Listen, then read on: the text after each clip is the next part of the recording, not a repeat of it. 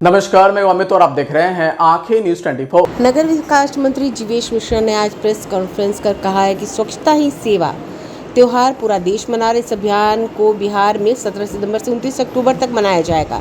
751 करोड़ ठोस अपविष्ट प्रबंधन पर खर्च किए गए हैं। बिहार के अगले साल से कहीं भी कूड़े का ढेर नहीं मिलेगा। कूड़े के ढेर से बिहार को मुक्त किया जाएगा। उन्होंने कहा कि साफ सफाई में देश में पटना 21वें स्थान पे है। गंगा किनारे के शहर में पटना को चौथा स्थान मिला है। जीएफएस के सर्टिफिकेट में पटना और गया 3 स्टार और भागलपुर सुपौल को 1 स्टार रैंकिंग दिया गया है। उन्होंने बताया कि बिहार राज्य सफाई कर्मचारी आयोग का गठन किया गया है। उन्होंने बताया कि बिहार में 24 शहर गंगा के किनारे से 22 शहरों में एसटीपी आच्छादित किया गया है। नमामि गंगे योजना के तहत 38 योजना स्वीकृत हुई है, जिनमें 23 योजनाएं पूरी हुई हैं। बाकी योजनाओं को जल्द पूरा कर लिया जाएगा। उन्होंने कहा विद्युत शवदाह के लिए 41 योजनाएं स्वीकृत की गई हैं, जिसमें 7 योजनाएं पूरी कर ली गई हैं। गैस आधारित शवदाह बनाए जा रहे हैं। शहरी गरीबों के लिए आवास योजना का सबसे ज़्यादा लाभ बिहार को मिला है। इस माह के अंत में मेट्रो युक्त शहर हो जाएगा। जो मुझे लगा कि आपके साथ शेयर करना चाहिए, बिहार राज्य कर्मचारी आयोग का गठन भी अपने आप में सामाजिक न्याय की दिशा में सरकार की एक बहुत बड़ी उपलब्धि है। मैंने इसका जिक्र आपसे पहले किया था।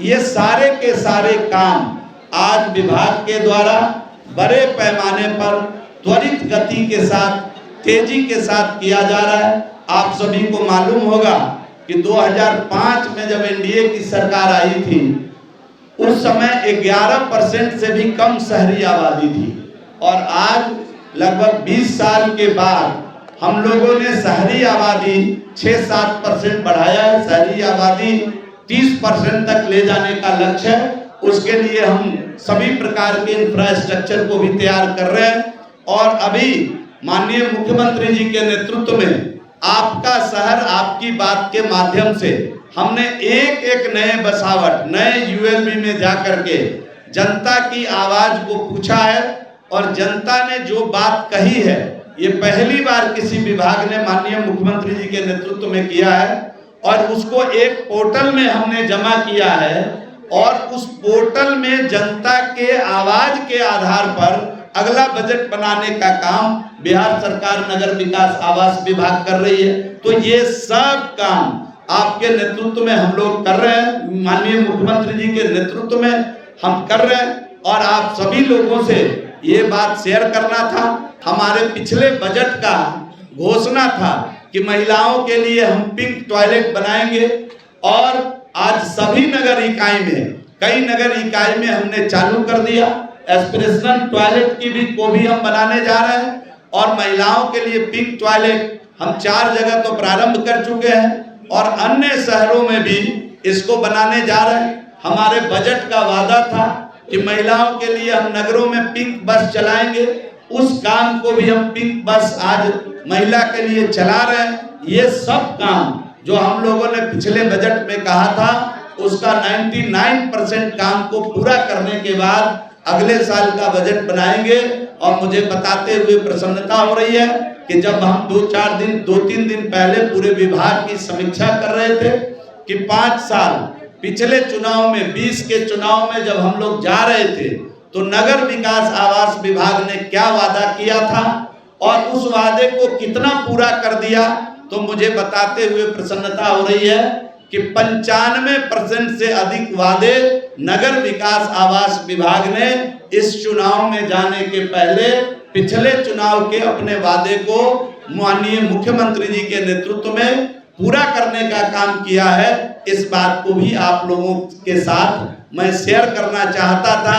जो 5% काम पाइपलाइन में छूटा हुआ है, जिसमें थोड़ी देरी हुई, उसका कारण है बीच में जो 17 महीने श्रीमान तेजस्वी यादव जी इस विभाग के मंत्री बन गए और विभाग में 4 दिन भी नहीं गए। 17 महीने में 17 दिन तो दूर की बात है, 4 दिन विभाग में नहीं गए।